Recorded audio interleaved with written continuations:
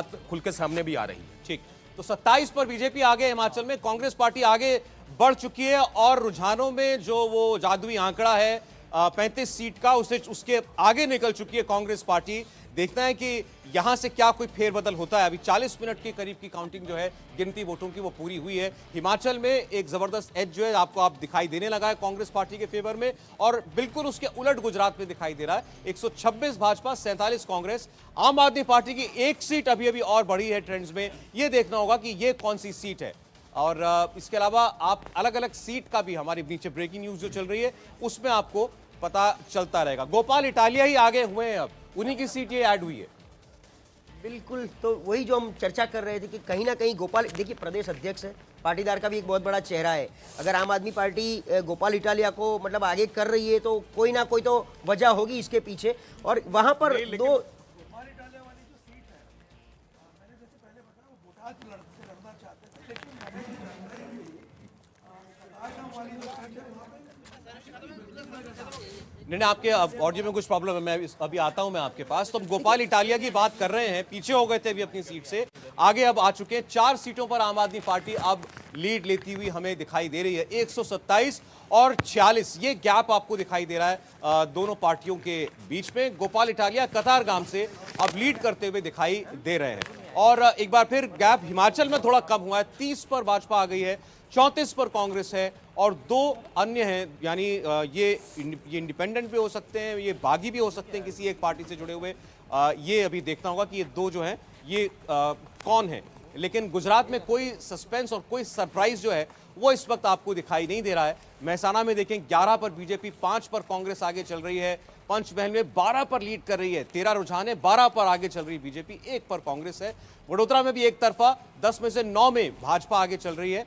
इसके अलावा कच्छ में बराबरी की टक्कर, 3-3 पर दोनों पार्टियां हैं। सौराष्ट्र की 26 सीटों पर आगे चल रही है भारतीय जनता पार्टी और 18 पर कांग्रेस पार्टी लीड कर रही है, जहां पर 2017 में पीछे रह गई थी भारतीय। दोनों राज्यों में लगभग जितनी भी सीटें थी सब पे ट्रेंड आ चुके हैं। 3 सीटें बाकी बची हैं गुजरात में और 1 सीट बाकी बची हिमाचल में।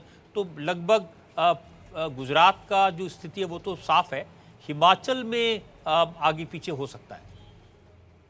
हिमाचल काफी नजदीकी मामला लग रहा है, आपने बिल्कुल ठीक कहा। 31 और 34 की लड़ाई अब हो गई है और संजीव जी ने तो ये भी कहा है कि आगे चाहे कांग्रेस रहे, सरकार भाजपा बनाएगी। अगर कम सीटों से आगे अब आप राइडर लगा रहे हैं। नहीं, ये तो बात अंडरस्टूड है ना। निर्णायक जीत में तो कांग्रेस की सरकार बनेगी, जहां कम सीटों का अंतर होता है वहां बीजेपी सरकार बनाती है।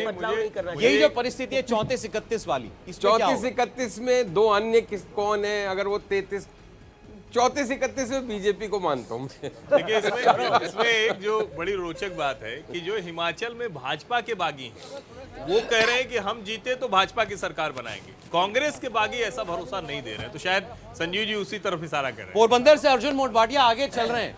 इनकी सीट को कुछ लोगों ने बताया था कि इस बार टक्कर हो सकती है। पिछले 3 टर्म से वो कांटे की टक्कर है, क्योंकि उनके सामने बाबू भाई बोखीरिया जो बीजेपी में मंत्री भी रहे, वो दोनों के बीच में टक्कर रहती है।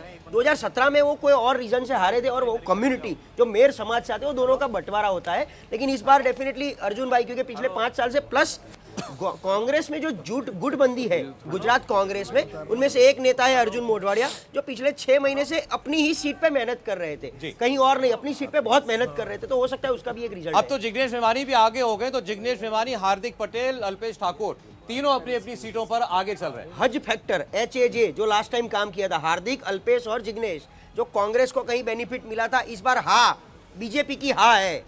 आप देख लीजिए H और A बीजेपी में है। तो हार्दिक और अल्पेश अगर आगे जाते हैं तो इससे मानना पड़ेगा कि लोग विचारधारा से जुड़ते हैं, वो फिर चेहरा नहीं देखते बीजेपी के लिए।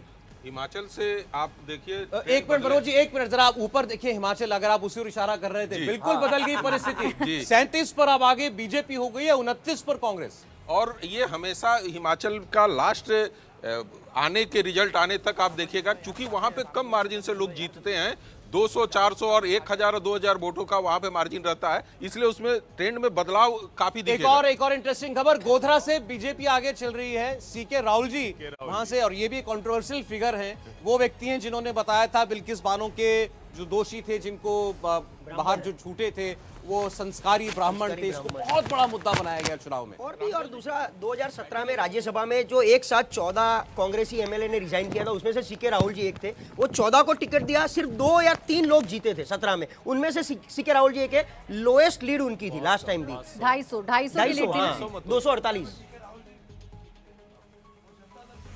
चुके हैं, कांग्रेस से भी चुनाव जीत चुके हैं, बीजेपी से भी चुनाव वो जीतते आ रहे हैं। तो सीके राहुल जी का अपना एक लेकिन पर्सनल पिछली बार बहुत 250 वोट से जीते थे, पिछली बार क्योंकि एक जबरदस्त एंटी वेव चल रही थी बीजेपी के, उसके बावजूद वो जीत कर क्या लेकिन हैं पुराने कांग्रेसी।